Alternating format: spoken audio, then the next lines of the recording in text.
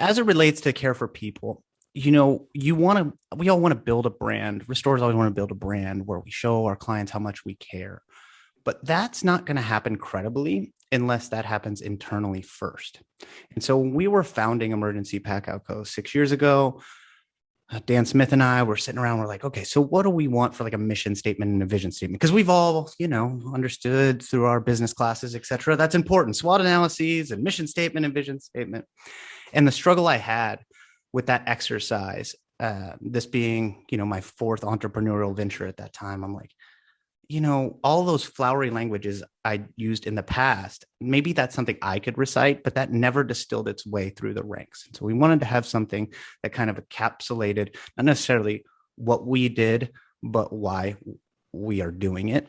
And it would build internally, which would personify with our being able to really, provide outsized value to our accomplished policyholders. And so I was driving home one night, called my business partner, and I'm like, what do you think about this for a Lodestar, Dan? Like, what if we just organize all activities around, at all ranks of the company, around getting a hug from the policyholder by the end of that claims life cycle? And he's a man's man, right? Former Army colonel. Like, I didn't think he'd go for it, gentlemen, right? But he paused for a moment. He's like, you know what? I think this could work. And we adopted that. And then our employee number one, Stephanie Kreitz, just embraced that. Absolutely. And I think she holds that so near and dear. And it's something that lives on well beyond like Dan and I. I mean, it's just got its own energy. And so I observe, when I'm in the back of the warehouse and the crews are going out, our warehouse manager, they say it, and they say it like in a genuine way. It's not contrived. It's like, go earn the hug. Like, did you earn the hug when they get back? Or go earn the hug. And it seems as though that has kept us on track in all elements of our business. And if our technician, lead technician, project manager, if they're not engaging activities that would result in earning a hug from our policyholder, then they know in their heart that they're off track. And so then it guides them back towards doing the right thing. And the hard thing and the right thing we found are typically the same thing. And you want something that these folks at all ranks, right, can rally around. I think we accomplished it there with that Lodestar. That DNA seems to have also like been worked into Actionable, but it should be stated, Chris, that Actionable predates Emergency Packout Co. So I founded Actionable 3 years before EPC was ever a California LLC. Oh, wow. Gotcha. So okay. Maybe it was Actionable DNA. Yeah. After all. I think one of the important concepts there is that importance of culture within an organization.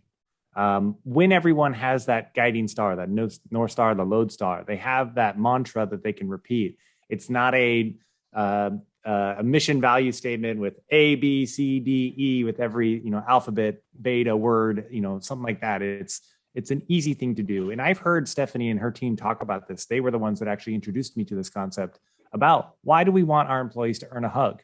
Their general sentiment is the money on a claim will take care of itself in some way. We've got people that estimate and invoice. We've got collections. We've got project managers, right? They all have their jobs and they're going to do their jobs well.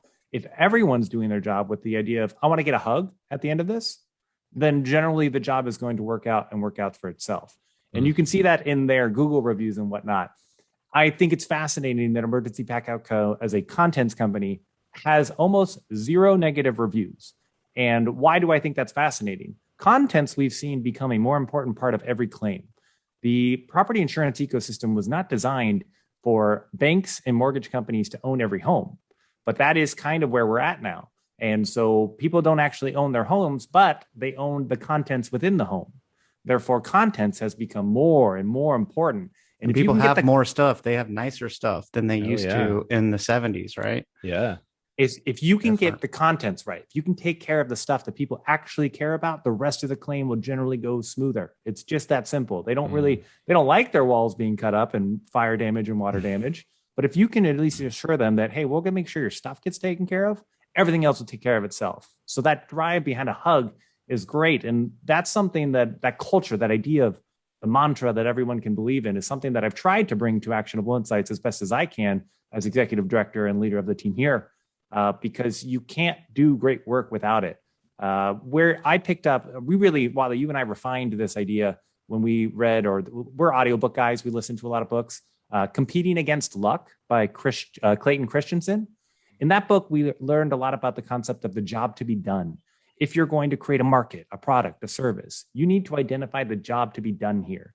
And for the contents company, it was, we need to take care of people's stuff. We need to take care of the people. They've got chaos. They're working with an adjuster and a contractor and all these parties. They may not be in their own home. Let's at least just take care of the stuff that they care about, and then everything will go from there. So that was how they put into words their job to be done, such that the team can get motivated and know, what track am I supposed to follow every day.